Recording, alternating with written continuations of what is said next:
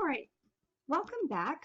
I hope you had a nice day yesterday, and hopefully you haven't jumped too far ahead on your assignment. I know some of you love art, but please make sure you're managing your time and you're taking some time for yourself, resting and being with your family. And so what I want to do, but hopefully you at least completed your basic shape. This is what we did yesterday. We did our basic shape and we did our lines going through our shape. Okay, so you can see that example here. I got another sheet of paper out and I want you to do that today as well. So get a piece of notebook paper or another piece of copy paper. Make sure you're hanging on to all of this stuff because I'll collect this up from you whenever we do return from to school. We're also going to talk about some ways you're going to submit this digitally later this week. So what I want to do right now is I want to share with you guys how to make, oh, my screen is looking really blurry. Let's see if I can fix that. There we go. It's starting to focus. There we go. How to do a basic value scale and how to do a little bit of shading. All right. Sometimes these cameras have a hard time focusing, as many of you guys know when you've been in my class, these document cameras. So just bear with me. Again, we all need to be flexible in these times of learning. So whether you're using a number 2 pencil or a mechanical pencil, you're definitely going to want to make sure you have a pencil sharpener for a regular pencil or a lot of lead for your mechanical pencils. So remember when I said a value scale is the relative lightness or darkness of something. Okay, that's what you need to know. It's going from dark to light. And that's how we're going to start to make things look 3D or more realistic. So to create a dark value, you just need to put a lot of pressure with your pencil. All right.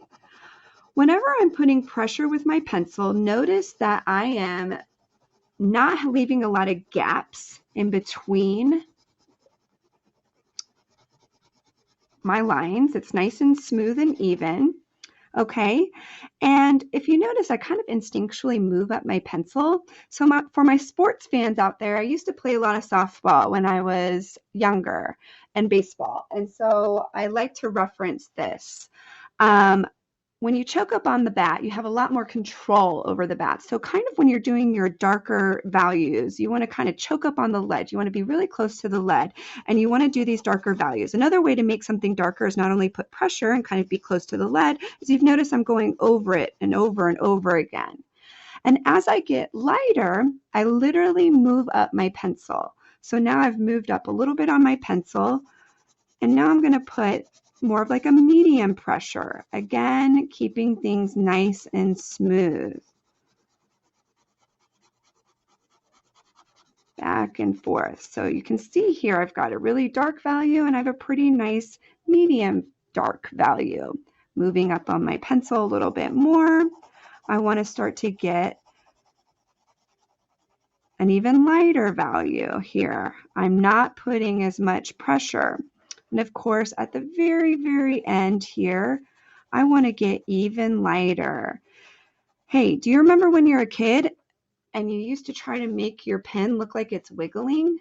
Sorry for my students that you hear me reference this a lot, but I think it's such a good idea to practice doing this whenever you're trying to get that light pressure. So try going like this, holding the edge of your pencil and trying to make it look like it's rubber. Did you ever do that as a little kid? Oh, it's kind of working.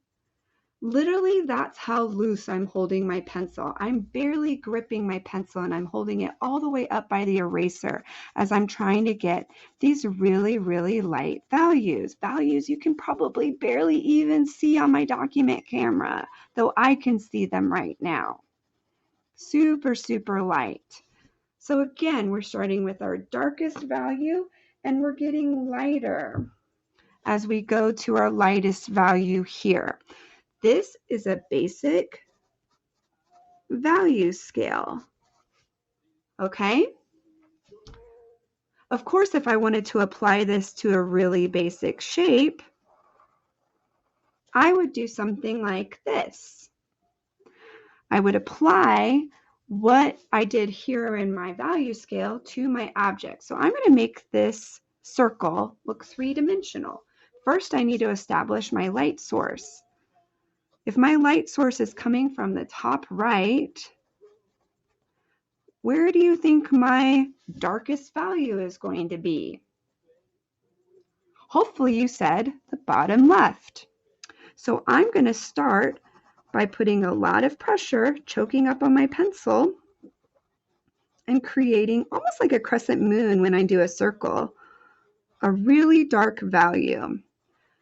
You want to shade or create a value scale in the same direction as your object. So because my object is curved, I'm actually coloring and shading this in a curved direction. Okay, now I'm going to move up on my pencil and I want a nice smooth transition into that medium value.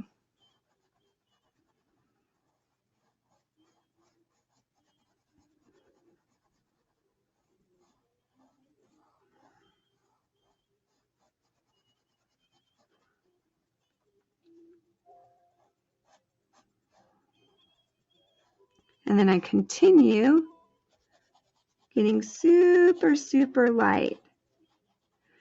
Have any of you guys seen me use my finger to smudge yet? No should be your answer to that.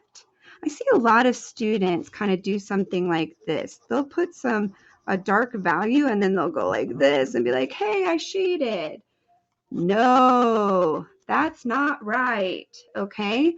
I'll show you guys maybe another day next week on how to shade that way, but just don't do that for now. That's not quite what we're trying to go. We're trying to create different values with just using our pencil for now. Maybe later in the week, I'll show you a little bit about smoothing out some of those pencil marks. Okay. Did you notice though, I am using my eraser. An eraser is a great tool for getting those highlights. So I'm coming back in and I'm actually creating some lighter values by erasing away what I just did. So starting with the basics, we've got a value scale here and I just shaded a circle and I kind of made it look 3D. Of course, I don't want to forget my cast shadow, which you're not doing for this assignment, but why not show you that now? Your cast shadow makes it look like it's resting on a table, for example.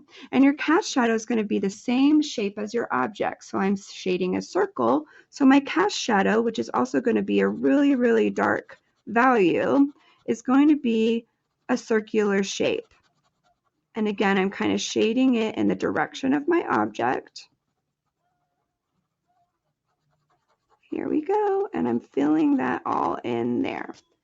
Boom. I just created this circle shape and I kind of made it look somewhat 3D. Okay. Pretty basic 3D shape. Of course, I'll show you guys some more techniques at some other points. This is really starting off basic, and a lot of you I know how to do this. So for day 3, this is all I want you to do. You don't have to start adding in value scales onto your project yet.